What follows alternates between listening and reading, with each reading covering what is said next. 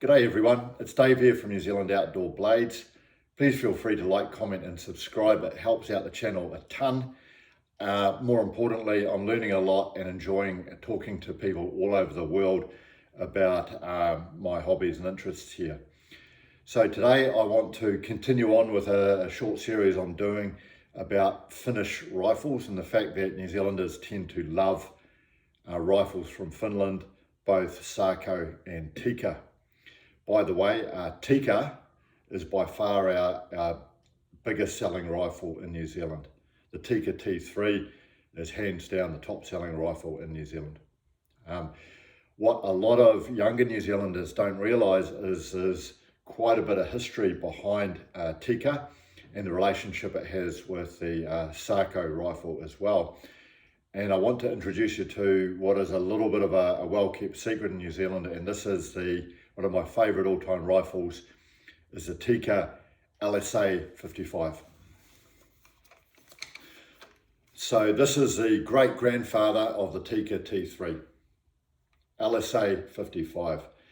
A little bit of history about these rifles is the LSA-55 made by Tikka in the Tikka factory in Finland were produced between around 1967 until 1983, and at that point Tikka was purchased by Sako. Prior to 1983, Tikka was an independent company, independent factory, and it was taken over by Sako in 1983. Between 1983 and 1989, the Tikka rifles were still made in the original Tikka factory. And then from 1989, Tikka was completely taken over by Sako, with the old factory being done away with. Now, this rifle here is a very, very special rifle. As I mentioned, the LSA-55. I've owned a number of Tikka LSA-55s, and all of mine were made in the 1970s. They are absolutely outstanding rifle. And I'll just go through some sort of technical specifications, and without labouring the point, these were the rifles that were made by Tikka before being bought out by Sako. So this is a Tikka LSA-55 Deluxe model in 243 Winchester. It's got a beautiful oiled walnut stock, Monte Carlo, very high grade of walnut here, original recoil pad. Okay, and the thing about the Tikka LSA-55 is a bit of a standout is they have this really nice palm swell here. The magazine on the Tikka LSA-55 is steel. Now obviously they don't make these anymore. You don't ever want to lose this, because if you lose it, you'll have trouble getting another one. If you do, you won't be able to get one less than 200 New Zealand dollars. But this is a single stack magazine, very, very reliable, and a very, very solid lock. It's got a nice bolt here, very, very crisp trigger. The barrel itself is made out of Bofors steel, and this was hand drilled. So they've got their own machinery, and they used to hand drill these with basically equivalent of a lathe. It's got the original iron sights, and it's got a Leopold scope on it.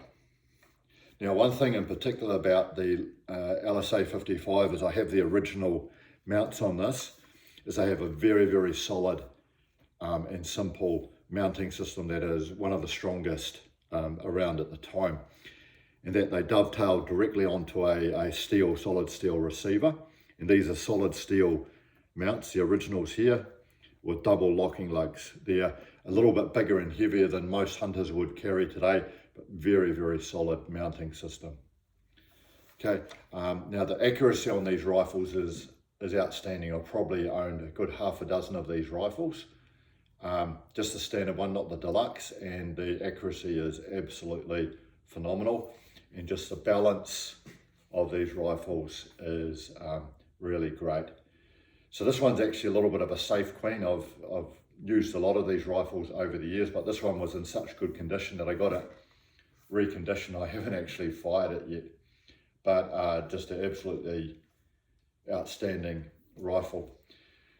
Once Tikka, under license from Sako, stopped producing these in 1989, they started producing a different variation of the Tikka after that, and for a while they weren't overly popular, and then sort of about 20 years ago they took off in popularity again, and now a heck of a lot of New Zealand hunters will only use a Tikka T3.